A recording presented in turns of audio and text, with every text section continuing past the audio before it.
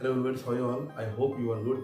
Viewers, today my topic is very important and today I am going to explain about use of there and this is very important topic. So let's come on topic without wasting any more time.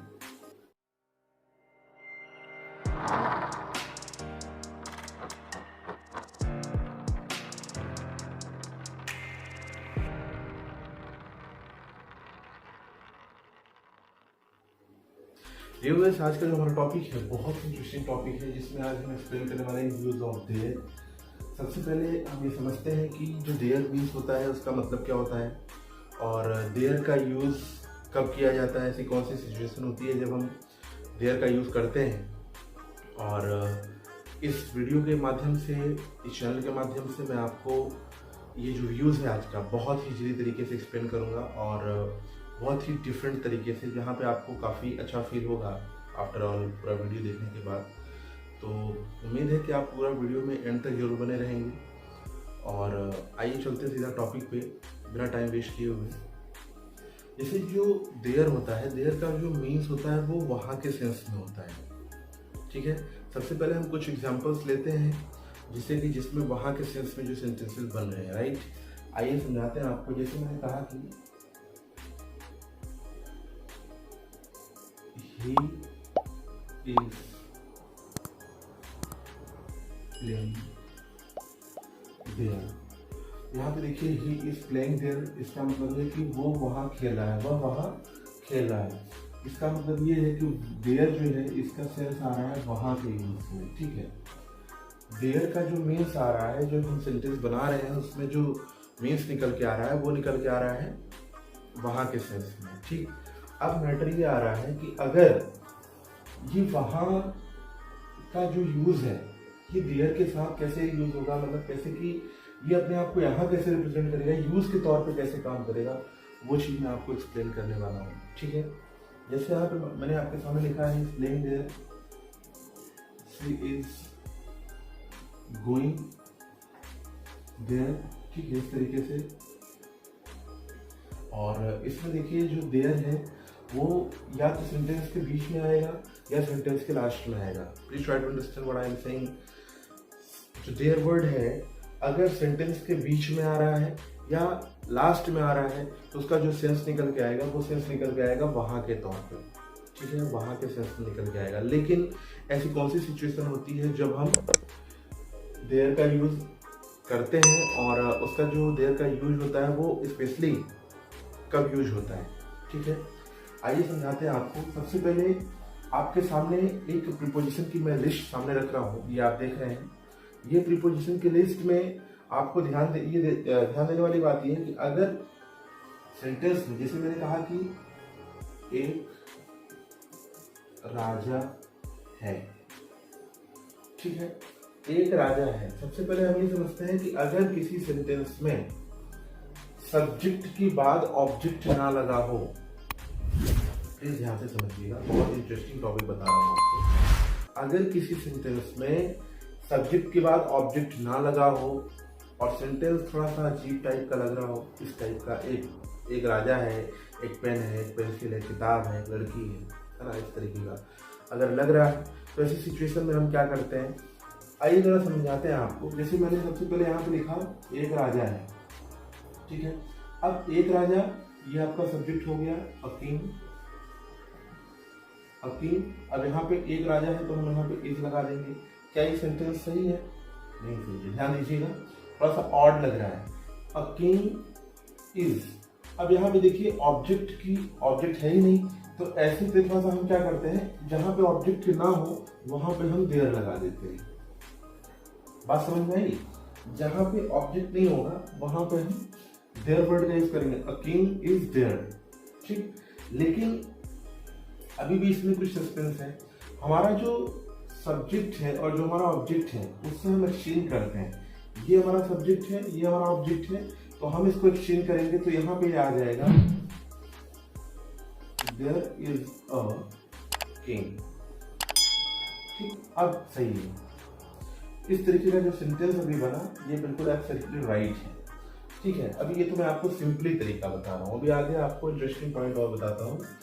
फिलहाल अभी आप ये समझिए कि एक राजा है, a king is there, एक राजा है। आप जानते हैं इज एम आर का यूज कब होता है, जब आपका सब्जेक्ट सिंगुलर हो तो इज लगता है, प्लूरल रहेगा तो आर, और अगर आई रहेगा तो एम। तो यहाँ पे सिंगुलर है इसलिए यहाँ पे इज लगा, और देयर का सेंस यहाँ पे इसलिए यहाँ पे आया कि ये आपका सब्जेक्ट की तरह काम करेगा। ठीक है, जहाँ पे ऑब्जेक्ट नहीं होता है वहां पे ये इस तरीके से काम करता है। और यहाँ पे जो सेंस आ रहा है ना, वो वहां के लिए नहीं आ रहा है, ध्यान रखिएगा, वहां के लिए नहीं आ रहा है, वो आ रहा है सिर्फ आपको हेल्प करने के लिए, सपोर्ट करने के लिए।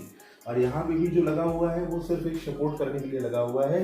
इस तरीके से सब्जेक्ट का ये जो देयर का जो यूज होता है वो बनता है और इस प्रकार से यूज किए जाते हैं।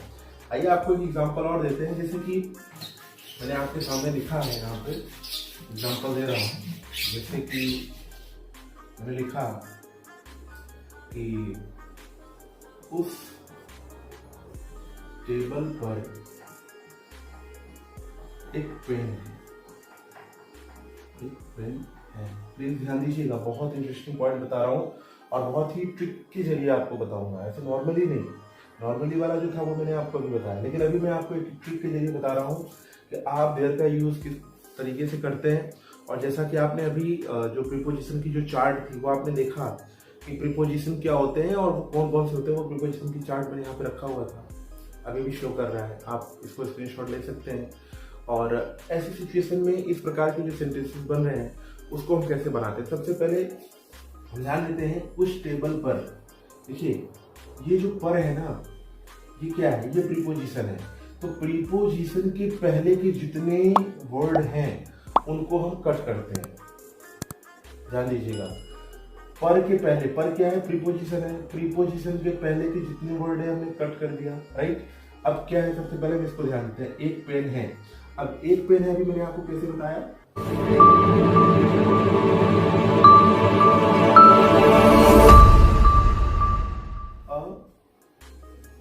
पेन इज, अब ये हो गया। अब हम आगे क्या करेंगे, यहाँ देयर लगा देंगे। लेकिन अभी इसके पहले मैंने आपको क्या बताया कि देयर को हम सब्जेक्ट में चेंज करेंगे, जो हमारा सब्जेक्ट है उसको हम ऑब्जेक्ट में चेंज करेंगे। इट मीन्स हम ऐसे उल्टा करेंगे, इसको यहाँ रखेंगे, इसको यहाँ रखेंगे, तब क्या हो जाएगा, देयर इज अ पेन। अब उसके बाद ये जो आपने कट किया हुआ है, इसको मैंने कट इसलिए किया ताकि आप और अच्छे से समझ पाए। It means I would like to tell you, पर this is the preposition and before the word. Preposition के पहले के जितने शब्द हैं वो कट जाते हैं, और उसके बाद जब आपका ये जो दूसरा सेंटेंस है जब ये बन जाता है उसके बाद इसको लगाया जाता है। तो there is a pen at on the table, sorry on the table. ध्यान रखिएगा, सबसे पहले there is a pen on the table, इस तरीके से आपका जो सेंटेंस है वो क्रिएट हो रहा है। बात समझ में आई। ध्यान देने वाली बात यही है कि जब आपका सब्जेक्ट इस तरीके से स्टार्ट हो तब आप क्या करेंगे, देयर को लास्ट में रखेंगे। और लास्ट, ये मैं आपको बनाने का तरीका बता रहा हूं। उसके बाद आप क्या करेंगे कि सेंटेंस को चेंज करेंगे। ये जो देयर सब्जेक्ट है ना, जो वर्ड है ये, इसको आप क्या करेंगे, आप पहले ले आएंगे। ठीक है, इसको आप पहले ले आएंगे, फिर जाकर के आपका ये सेंटेंस प्रॉपर्ली क्रिएट हो पाएगा। एक एग्जांपल आपको और देते हैं, जैसे कि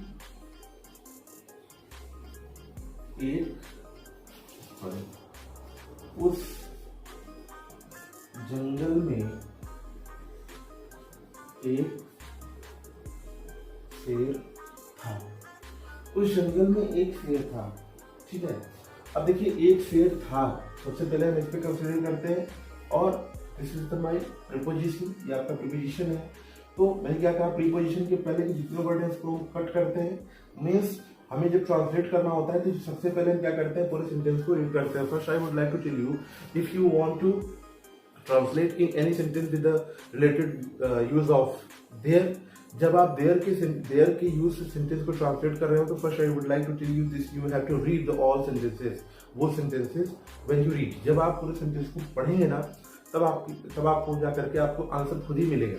ठीक है, आप इस तरीके के बड़े सेंटेंस को पहले आप पढ़ेंगे, और पढ़ने के बाद आप क्या करेंगे, उसमें ये देखेंगे कि हमारा प्रीपोजिशन कहाँ है। अगर प्रीपोजिशन कहीं लगा हुआ है तो उसके पहले के जितने वर्ड है आप उन्हें क्रॉस करेंगे। इट मीन्स क्रॉस करने का मतलब कॉपी में क्रॉस नहीं करेंगे, आप उन्हें अपने माइंड में क्रॉस करेंगे कि इनसे अभी मतलब नहीं है।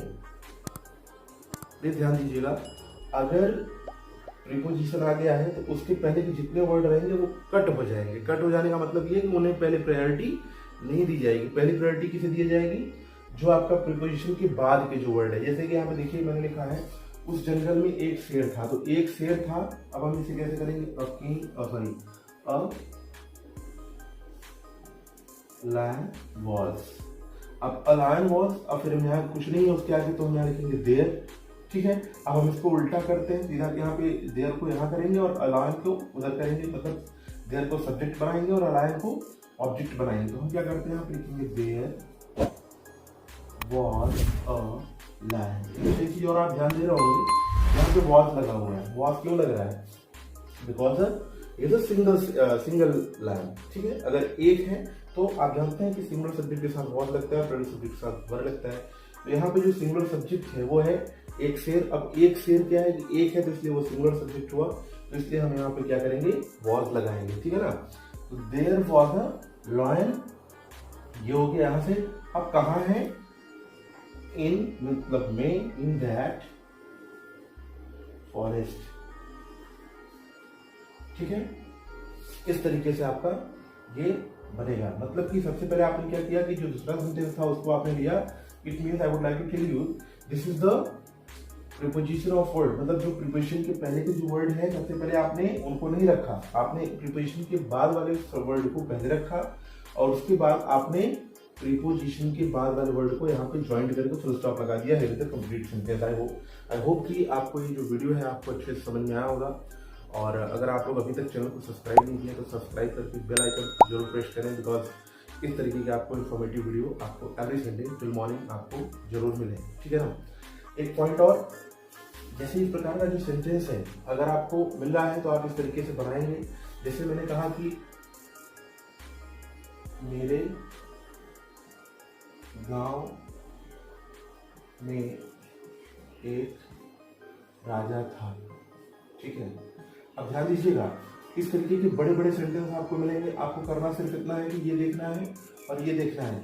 मेन वर्ड आ गया, दिस इज द क्या है, ये क्या है आपका प्रीपोजिशन है। प्रीपोजिशन के वर्ड के पहले जो है इन्हें हम क्रॉस करते हैं, इन्हें नहीं लिखना है। सबसे पहले हम लिखेंगे देयर।